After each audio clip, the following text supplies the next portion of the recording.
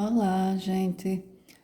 Hoje, nessa nossa próxima aula de física, nós falaremos um pouco sobre as mudanças de estado físico, certo? Vamos começar aqui falando um pouco a respeito dos estados físicos da matéria, tá? Então, a gente precisa saber que toda matéria é composta por partes menores, que são os átomos ou moléculas, e que o grau de agregação, movimentação entre elas pode variar. E isso varia de acordo com a quantidade de calor que é recebida por uma determinada matéria ou cedida. O calor ele pode ser recebido ou pode ser cedido, né? E aí, o estado físico da matéria pode sofrer mudanças a partir desse calor que vai ser cedido ou vai ser recebido por ela, certo? Então, nós podemos encontrar na natureza 3 estados da matéria, que são esses aqui que vocês estão vendo: ó, estado sólido, estado líquido e estado gasoso, né? O estado sólido, vamos ter como exemplo a água, que é uma substância mais simples, certo? Da gente exemplificar é mais fácil de entender, né? O estado sólido, vamos imaginar que a água como gelo, né? Em forma de gelo, ela vai estar em seu estado sólido. E ali, as substâncias que compõem a água, que são a água H2O, 2 átomos de hidrogênio e de oxigênio, elas estão muito próximas uma da outra, né? Quando a água está em seu estado sólido. Vamos colocar aqui 2 substâncias de hidrogênio, seria mais ou menos assim, uma de oxigênio. E aí essas substâncias no estado sólido, elas ficam bem juntinhas, bem próximas uma das outras. Isso significa que a movimentação entre elas é pouca, né? O grau de agitação é pouco por causa da proximidade que existe aqui entre essas substâncias. Já no estado líquido, acontece um pouquinho diferente. Essas substâncias, elas ficam um pouco mais soltas, mais separadas uma das outras. Vamos imaginar aqui um átomo de hidrogênio,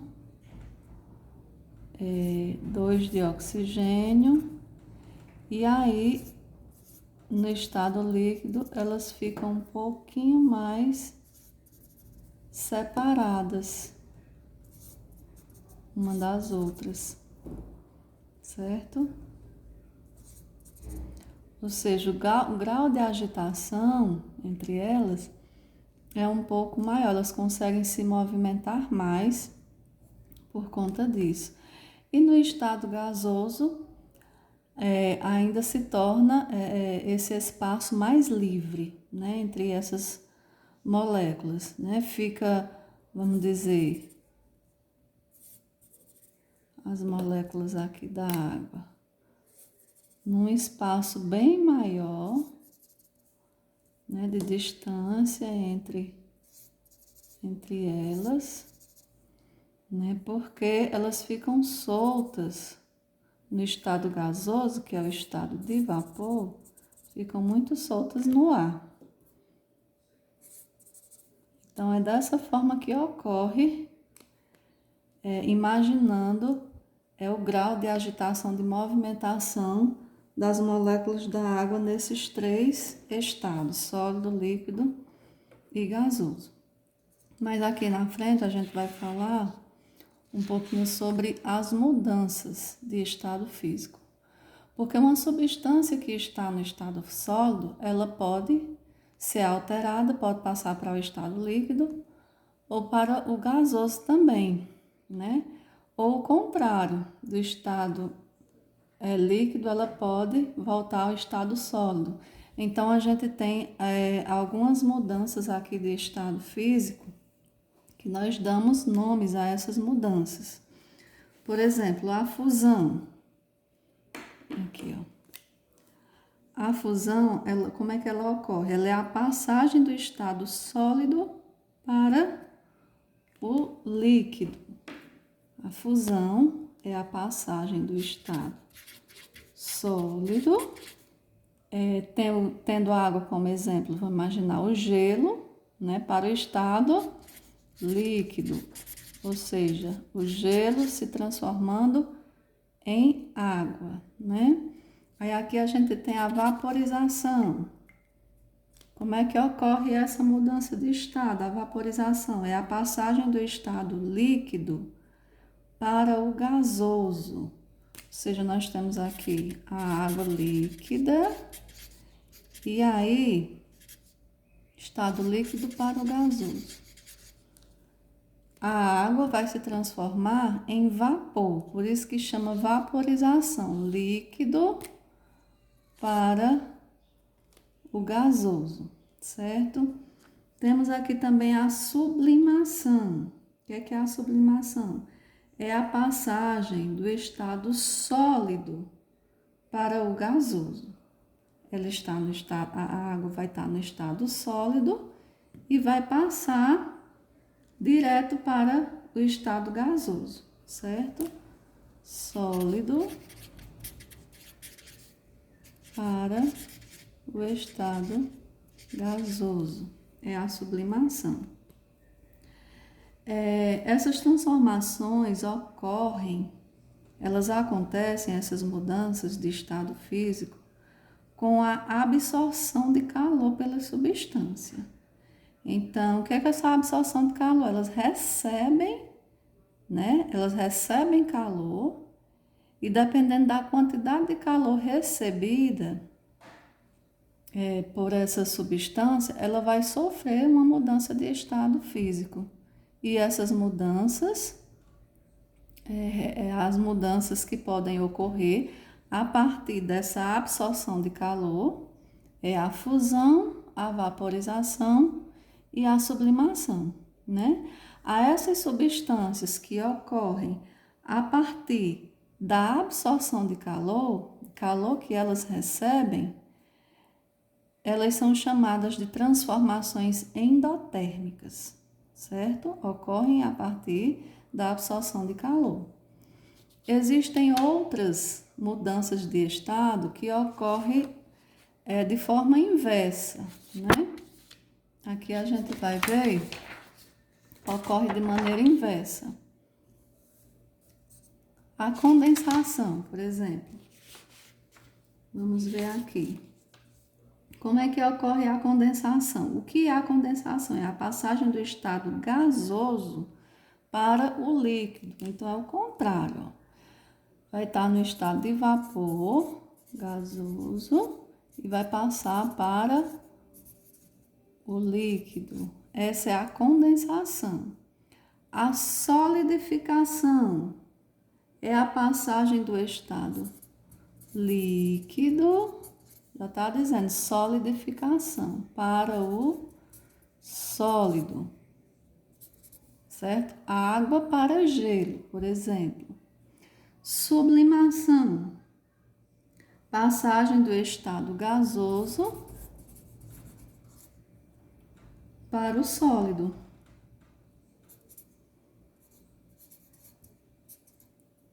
Sólido. Vamos dizer que a água está em forma de vapor e vai passar de vapor para o estado sólido, que seria o gelo, certo? Essas transformações aqui, ó, observe, estado gasoso para o líquido, estado líquido para o sólido. Ó, aqui no estado líquido, se a gente tiver como exemplo a água, com certeza a água vai estar a uma temperatura maior do que se ela estivesse em estado sólido. Então, para ela passar do líquido para o sólido, o que é que vai ocorrer aqui com essa água? Ela vai perder calor. E ao perder calor, ela será resfriada até chegar a esse estado sólido. Então, essas substâncias aqui, as substâncias que sofrem essas três mudanças de estado físico, essas três mudanças, elas acontecem com a perda de calor. E a essas mudanças nós chamamos de transformações exotérmicas, certo?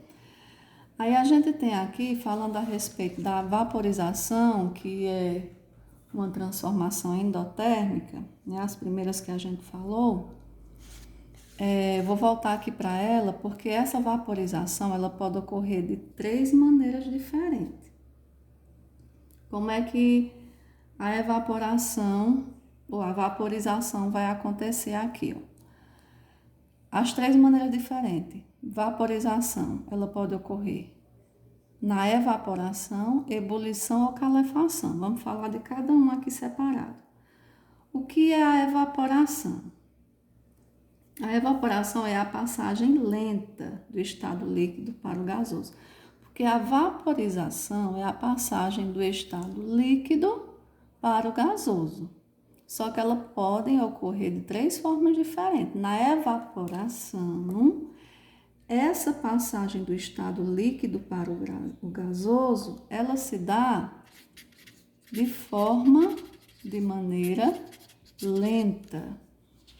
Um exemplo disso que a gente poderia dar, por exemplo, seria roupas secando, estendidas no varal. É um tipo de evaporação que ocorre de maneira lenta. Depois a gente tem aí a ebulição. O líquido se transforma em vapor em uma temperatura de ebulição, certo? Se a gente for falar da água, que é o exemplo mais comum, a água ela entra em ebulição a partir de 100 graus Celsius, certo? Então, a ebulição, que é um tipo de vaporização, ela só vai ocorrer quando aquela substância começar a entrar em seu estado de ebulição, que é quando ela começa a ferver. No caso da água, é a 100 graus Celsius. A partir de 100 graus Celsius, ela vai começar a se transformar em vapor. Então, a ebulição ocorre dessa forma.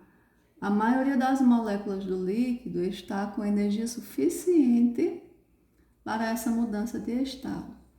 Então, um exemplo é a água esquentando. Você coloca a água para esquentar numa chaleira. É um exemplo, certo? Só vai ocorrer se for, no caso da água, a ebulição só vai ocorrer a 100 graus Celsius. A partir desse valor, aí essa água vai começar a se transformar em vapor. Calefação é a vaporização que ocorre quando o líquido está rapidamente, ou seja, passa rapidamente para o estado gasoso, certo? Ocorre de uma maneira bem rápida, ou seja, líquido em contato com a superfície com temperatura maior que sua temperatura de ebulição, certo? Quando um líquido entra em contato com a superfície que tem uma temperatura muito alta, muito elevada, então essa vaporização vai acontecer de forma rápida, né? Ocorre de forma rápida a calefação, ok? Pronto, gente. Aqui são os três tipos de vaporização que ocorre de uma forma diferente. Todas três é a passagem do estado líquido para o estado gasoso, né? Para vapor. Mas cada um ocorre de uma maneira diferente.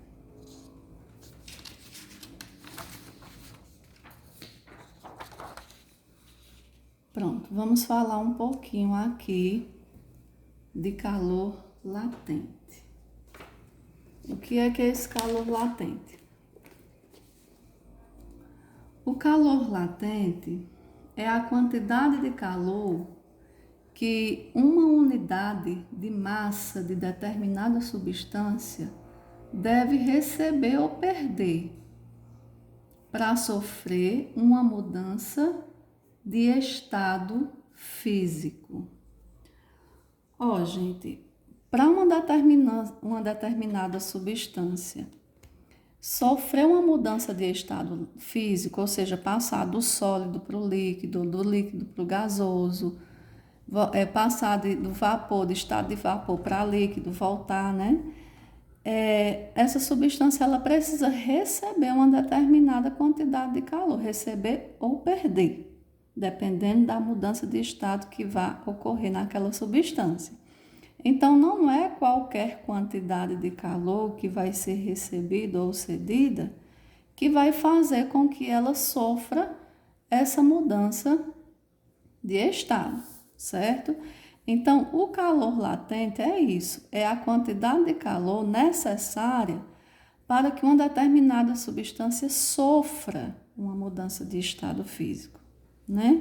E como é que calcula essa quantidade de calor? Na verdade, o calor latente é isso, né?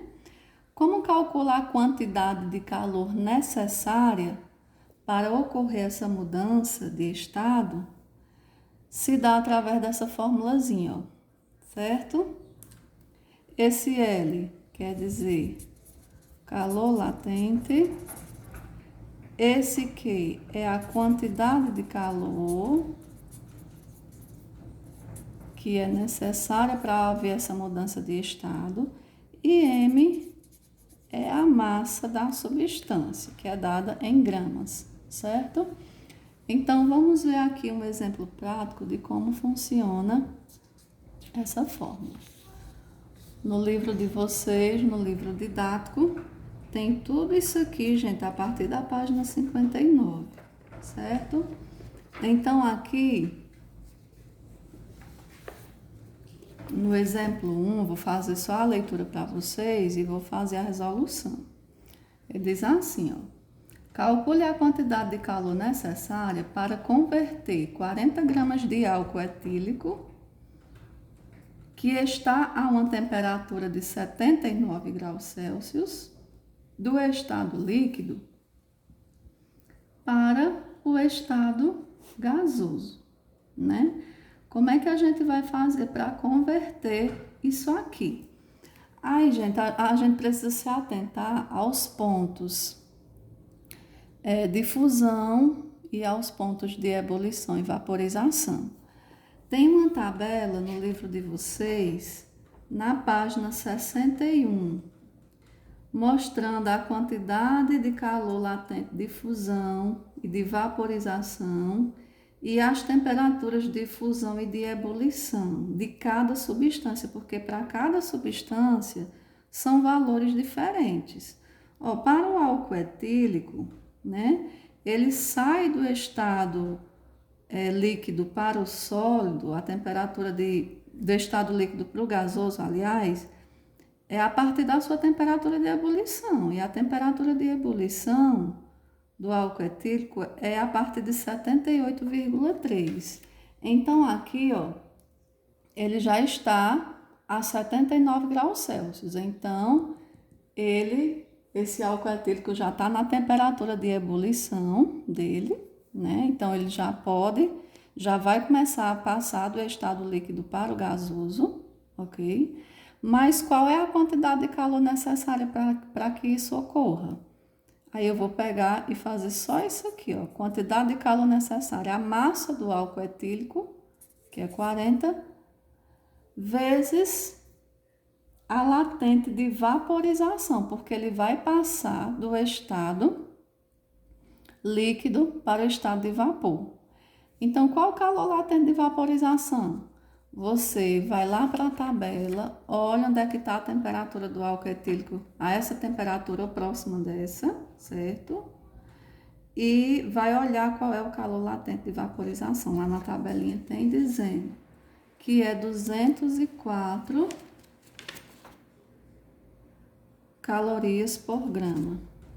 Então, coloco aqui 204. E agora é só multiplicar os dois valores aqui, 40 vezes 204, que dá 8.172 calorias. Pronto, gente, aqui já é a resposta, é a quantidade de calor necessária para que esse álcool saia do estado líquido e se torne vapor a essa temperatura. Vamos aqui para um exemplo de número 2, que tem no livro também. Ó, nesse exemplo de número 2, a gente tem a água como exemplo. Calcule a quantidade de calor necessária para converter totalmente 80 gramas de água a 18 graus Celsius em vapor de água a 120 graus Celsius. Aí aqui tem o calor específico da água, que é 1 caloria por grama grau Celsius, está aqui. É o calor específico de vapor de água, que é 0,5. E aqui estão as informações. A massa da água é 80, a temperatura inicial que ela está a 18 graus Celsius e a temperatura final que nós queremos que ela chegue é até 120 graus Celsius. E o que a gente quer é que essa água ela seja convertida em vapor e ela chegue a essa temperatura de 120 graus Celsius. Mas aqui, gente, nesse caso, a gente não tem como de uma vez só converter nessas 80 gramas, que está a 18 graus Celsius, né, converter em vapor direto a essa temperatura de 120 graus Celsius. Por quê? Porque o ponto de ebulição da água é 100 graus Celsius. Então, ela vai começar a se vaporizar a partir de 100 graus Celsius. Então, primeiro, a gente tem que elevar essa temperatura de 18, primeiro a 100 graus Celsius, e depois, quando ela estiver em ponto de ebulição em 100 graus Celsius, a gente eleva até 120. Então, nós vamos ter aqui 3 processos para fazer, para poder chegar nessa quantidade de calor que vai ser necessário para essa água se transformar em vapor a essa temperatura de 120 graus Celsius, certo? Vamos iniciar aqui, ó. Primeiro processo. Para elevar a água à temperatura de vaporização, a temperatura de vaporização da água é 100 graus Celsius, certo? Ela deve receber certa quantidade de calor sensível.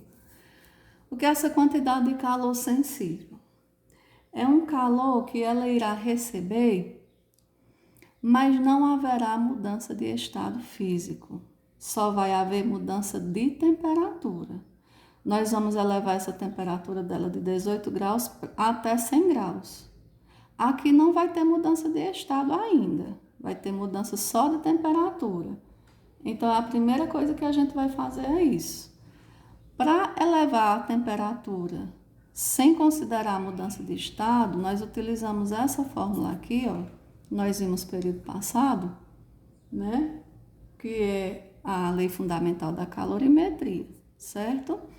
Massa vezes o calor específico da substância vezes a variação da temperatura. Então, a massa da água já tem aqui, que é 80. Colocamos aqui. O calor específico da água também está aqui, que é 1. Né? A gente vai primeiro elevar essa água para 100 graus Celsius. Então, 100 temperatura final menos a inicial 18, certo? Subtraindo aqui essas duas temperaturas vai dar 82. Então, 80 vezes 1, 80. E 80 vezes 82, 6.560 calorias. Pronto. Essa é a quantidade de calor que a gente vai precisar para que essa água chegue a 100 graus Celsius, que é o ponto de ebulição, que é a partir daqui que ela vai começar a se transformar em vapor. Agora, o que é que eu vou fazer? Para transformar essa água que agora está a 100 graus Celsius, transformar ela em vapor, né? A essa mesma temperatura, 100 graus Celsius, temos que ver a quantidade de calor que essa água vai precisar receber. Então, tá aqui, ó. Essa é a fórmula da quantidade de calor. É um calor latente, né? Qual a diferença do calor latente para o sensível? No sensível, não há mudança de estado, apenas de temperatura. E no calor latente, a mudança ocorre, mudança de temperatura, aliás, mudança de estado físico da matéria, mesmo que não ocorra mudança de temperatura. A temperatura muitas vezes é a mesma, mas ocorre a mudança de estado físico, dependendo da quantidade de calor que a substância receba. Ela muda de um estado para outro. Então, é isso que a gente quer. A gente quer que a água mude de estado. Então, nós vamos utilizar a quantidade de calor, usando aqui o calor latente de vaporização. A massa da água é a mesma, é 80. E esse calor latente de vaporização, você vai olhar lá no livro também, lá na página 61, tem dizendo, você procura onde é que está a água, certo? Aí lá tem a temperatura dela, que é a temperatura de ebulição 100 graus, que é essa mesma que está aqui. E na frente tem o calor latente de vaporização, que é esse mesmo aqui, ó, 539,6. Substituiu aqui, multiplicou, deu 43.168 calorias. Ok, gente? Pronto.